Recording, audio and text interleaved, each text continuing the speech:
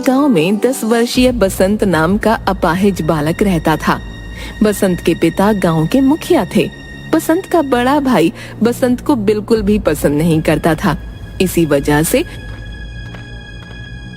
बसंत ज्यादातर घर के बाहर उदास रहता था। एक दिन की बात है, बसंत गांव में उदास बैठा हुआ था कि तभी उसकी ही उम्र का आकाश वहां पर अचानक गिर गया। अरे क्या हुआ तुम्हें? सामने इतना बड़ा पत्थर है, तुम्हें दिखाई नहीं दिया? वो क्या है ना, मुझे आंखों से नहीं दिखता है, मैं अंधा हूँ। बसंत आकाश को उठाने लगा। ये तो बैसाखी है, क्या तुम चल नहीं सकते? मुझे चलने के लिए बैसाखी की जरूरत पड़ती है। तब तो हम दोनों एक से हुए। तुम रहते कहाँ हो? मेरा इस दुनिया में कोई नहीं है, मैं अनाथ हूँ। मैं अनाथ तो नहीं हूँ, पर अनाथ जैसा जीवन व्यतीत कर रहा हूँ। क्या तुम मेरे दोस्त बनोगी? क्यों नहीं, गांव में मेरे साथ कोई नहीं खेलता, कोई मुझसे बात तक नहीं करता। आज के बाद मैं तुमसे बात करूंगा। आज से हम दोनों पक्के दोस्त हुए।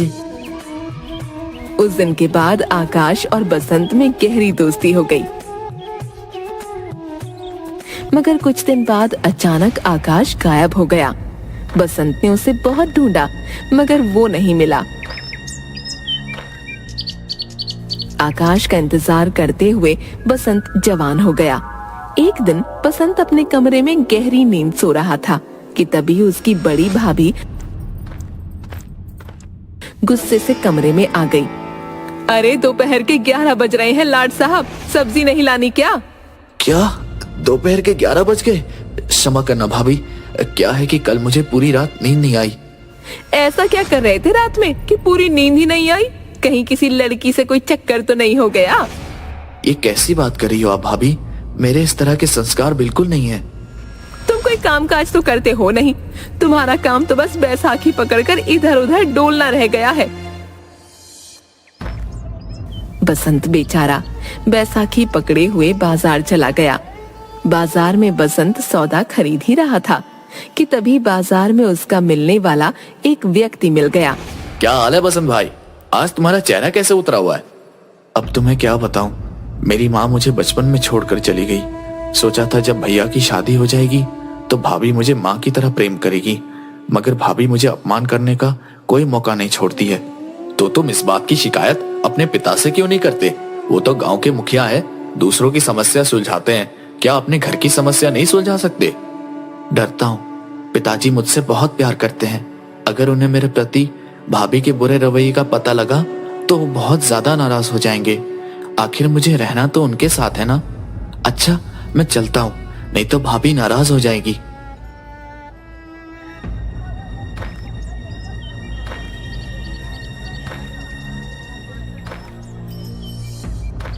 बसंत घर चला गया। बसंत को देखकर बिंदिया आग बबूला हो गई। 11 बजे बाजार गए थे और अब 12 बज रहे हैं। इतनी देर में तो पूरी सब्जी मार्केट खरीद कर ले आती हूँ मैं। ये कैसी बात कर रही हो आप भाभी? भाभी आप तो जानती हैं कि मैं अपाहिज हूँ। मैं आम लोगों की तरह जल्दी जल्दी नहीं चल सकता। मुझे तो कदम कदम पर इस बैसाखी की जरूरत पड़ती है। जुबान लड़ाता है बदतमीज। इतना कह के बिंदिया ने एक तेज चांटा बसंत के गाल पर मार दिया। तभी बसंत का भाई कल्लना गया। क्या हुआ, इतना नाराज क्यों हो रही हो? तुमने ऐसे थप्पड़ क्यों मारा? देखिए जी, 11 बजे बाजार गया था, 12 बजे लौटा है। 1 घंटे से इसका इंतजार कर रही हूँ मैं। सही किया तुमने, इसके गाल पर एक थप्पड़ जड़ दिया। वैसे भी पिताजी ने इसे बहुत ज्यादा सर पर चढ़ा रखा है। बसंत आंखों में आंसू लिए अपने कमरे में बैठ गया। दोपहर में उसे किसी ने खाना भी नहीं दिया। शाम को उसके पिता मुखिया उसके कमरे में आ गए। क्या बात है बसंत, इतने गुमसुम क्यों बैठे हुए हो? पिताजी बस ऐसे ही कुछ सोच रहा था। बसंत, मैं तुम्हारी आंख पढ़ सकता हूँ। तुम्हारी आंखों को देखकर मैं समझ गया कि किसी ने तुमसे कुछ कहा है और तुम भूखे भी लगते हो। मैं क्या करूं पिताजी, भाभी हमेशा मुझसे बगैर किसी बात की झगड़ा करती रहती है। तो तुम इसलिए उदास बैठे हुए हो बसंत? अपनी भाभी की बात पर ज्यादा ध्यान मत दिया करो। पिताजी, मैं उनकी बातों पर ज्यादा ध्यान नहीं देता, मगर आज भाभी ने मुझे बगैर किसी गलती के एक थप्पड़ मार दिया मुझे उनके थप्पड़ का बुरा भी नहीं लगा। पिताजी, बुरा मुझे इस बात का लगा कि थप्पड़ खाते हुए भैया ने भी देखा, मगर भाभी को डांटने की बजाय उल्टा ही वो मुझे अपमानित करने लगे।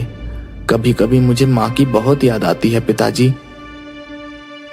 मुझे तुम्हारी कभी कभी बड़ी चिंता होती है बसंत, कि मेरे बाद पता नहीं तुम्हारा क्या होगा। पता नहीं मेरे जाने के बाद तुम्हारा बड़ा भाई तुम्हें 2 वक्त की रोटी खिला भी पाएगा या नहीं। अगले दिन मुखिया ने अपने दोनों खेत बसंत के नाम कर दिए। इस बारे में बसंत के बड़े भाई को कुछ नहीं पता था, मगर अचानक मुखिया की मौत हो गई। मौत के कुछ दिन बाद मुखिया का दोस्त जगमोहन घर आया। मुझे ये कहते हुए अच्छा तो नहीं लग रहा, लेकिन मुखिया जी ने मरने से पहले मुझसे कहा था कि ये बात उनके मरने के बाद ही उनके बड़े बेटे को बताई जाए। इतना कहकर जगमोहन ने अपनी जेब से कुछ कागजात निकाल लिए। ये क्या है? मुखिया जी ने अपने दोनों खेत अपने सबसे छोटे बेटे बसंत के नाम कर दिया है। ये क्या कह रहे हो आप? पिताजी ने तो इस बारे में मुझे कभी कुछ बताया ही नहीं। शायद उन्हें लगता था कि उनके मरने के बाद तुम उनके पुत्र बसंत को और ज्यादा परेशान करोगे, इसलिए उन्होंने अपने दोनों खेत अपने छोटे बेटे के नाम कर दिया। हाय हाय, मुझे तो पहले से ही शक था कि पिताजी कुछ ऐसा ही करेंगे। अब तुम सब क्या करोगे? रह गए ना ठन ठन गोपाल सब के सब। अब ये तुम्हारा लंगड़ा भाई तुम पे जिंदगी भर शासन करेगा। ये तुम्हारा पारिवारिक मामला है। लड़ने और झगड़ने की बजाय आपस में बैठकर बातचीत से इस समस्या का समाधान कर लो। इतना बोलकर जगमोहन वहां से चला गया। कल्लन ने बसंत को धक्के देकर घर से निकाल दिया। बसंत बेचारा भूखा प्यासा दूसरे गांव में भटकने लगा। एक रात बसंत भूखा प्यासा जुगियापुर गांव में टहल रहा था कि तभी उसकी नजर एक व्यक्ति पर पड़ी जो घास पर बैठा हुआ भोजन कर रहा था। भोजन को देखकर बसंत के मुंह में पानी आ गया। वो सीधा उस व्यक्ति की ओर चला गया। भैया, क्या मुझे भी कुछ खाने को दोगे? उस व्यक्ति ने उंगलियों से टटोलते हुए एक रोटी का टुकड़ा बसंत को दे दिया। मेरा नाम आकाश है। आकाश? कहीं तुम वो आकाश तो नहीं जो मेरे बचपन के मित्र थे और तुम अचानक गायब हो गए थे? हाँ, मैं वही आकाश हूँ। कहीं तुम बसंत तो नहीं? हाँ, मैं बसंत हूँ। मेरे दोस्त, मैंने तुम्हें कहाँ कहाँ नहीं ढूंढा। तुम कहाँ चले गए थे? अब तुम्हें क्या बताऊं बसंत, गांव के एक व्यक्ति ने मुझे सड़क पार करने का वादा किया और अपनी मोटरसाइकिल के पीछे बिठा लिया और वो मुझे इस गांव से बहुत दूर शहर में छोड़ आया। तब से मैं ऐसे ही भटकता हुआ फिर रहा हूँ और इतने वर्ष बाद आज यहाँ तक लौट आया हूँ। तुम बताओ, तुम यहाँ पर क्या कर रहे हो?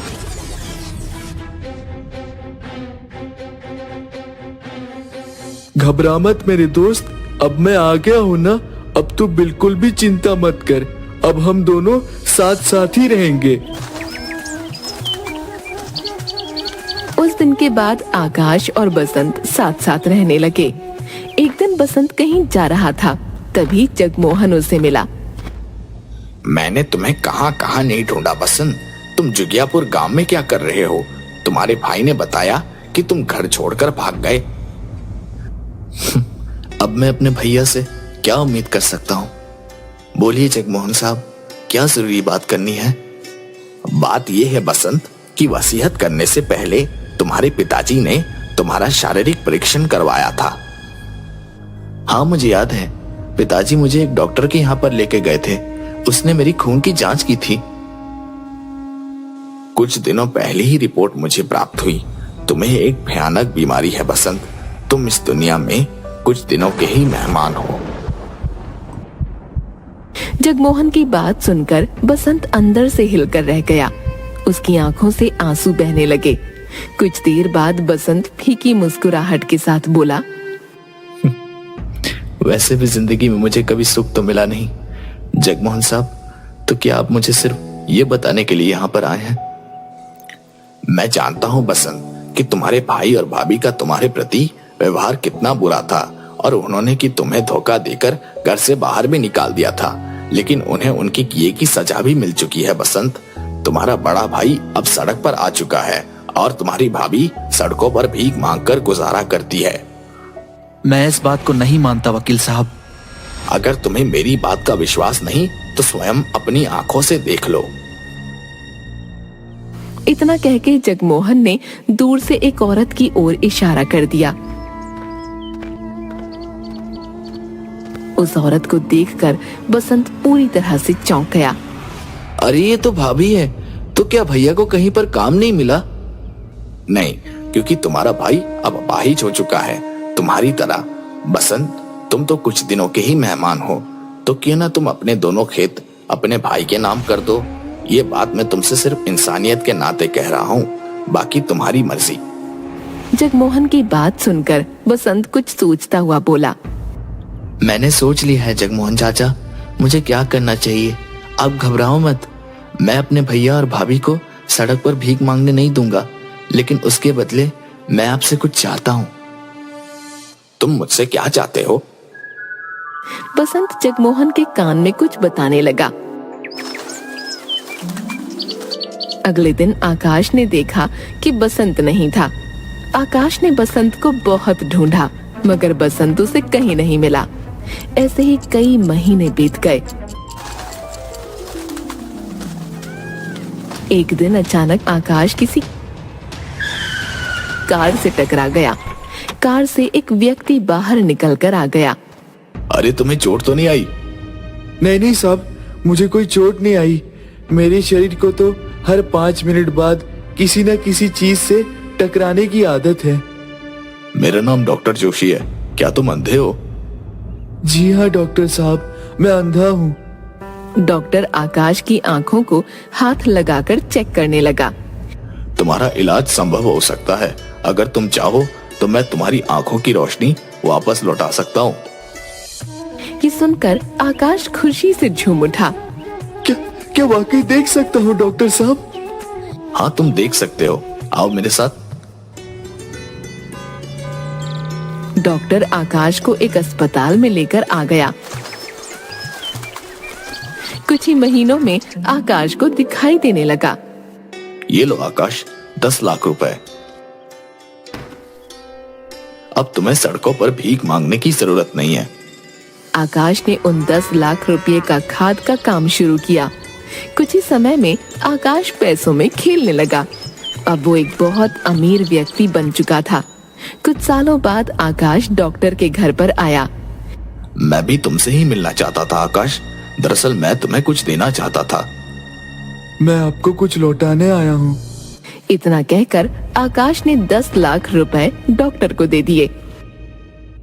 मैं आपका एहसान जिंदगी भर नहीं भूलूंगा डॉक्टर साहब।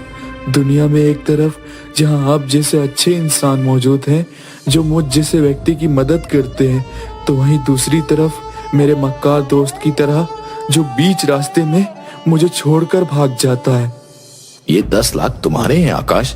मरने से पहले बसंत ने मुझे ये 10 लाख रुपए तुम्हें देने के लिए कहा था। डॉक्टर की बात सुनकर आकाश के पैरों तले जमीन खिसक गई। ये आप क्या कह रहे? मैं बिल्कुल सही कह रहा हूँ। दरअसल बसंत को एक लाइलाज बीमारी थी और बसंत इस बारे में जानता था। मरने से पहले 10 लाख रुपए उसने मुझे तुम्हें देने के लिए कहा था। उसने मुझसे ये कहा था कि मेरे दोस्त से कहना कि मैं उससे आखिरी बार इसलिए नहीं मिल सका कि वो मेरे जाने की बात सुनकर दुखी ना हो जाए। आपने मुझे पहले क्यों नहीं बताया? मैं उसके बारे में पता नहीं क्या क्या सोचता रहता था, और वो जाते जाते मेरे ऊपर इतना बड़ा उपकार करके गया। मैं उसका उपकार का बदला कैसे चुकाऊंगा? मैं तो अब उससे मिल भी नहीं सकता। अपने आप को संभालो आकाश। बसंत तुम्हारे साथ हमेशा रहेगा, और ये मेरे शब्द नहीं बल्कि बसंत के शब्द हैं कि वो तुम्हारा साथ हमेशा रहेगा। झूठ बोलता था। अगर ऐसी बात है तो फिर मुझे छोड़कर क्यों गया? आकाश, तुम जिन आंखों से आज इस संसार को देख रहे हो वो और किसी की नहीं बल्कि तुम्हारे दोस्त बसंत की आंखें हैं। मरने से पहले उसने तुम्हें दान कर दी थी। तुम उसकी ही आंखों से अब इस दुनिया को देखोगे।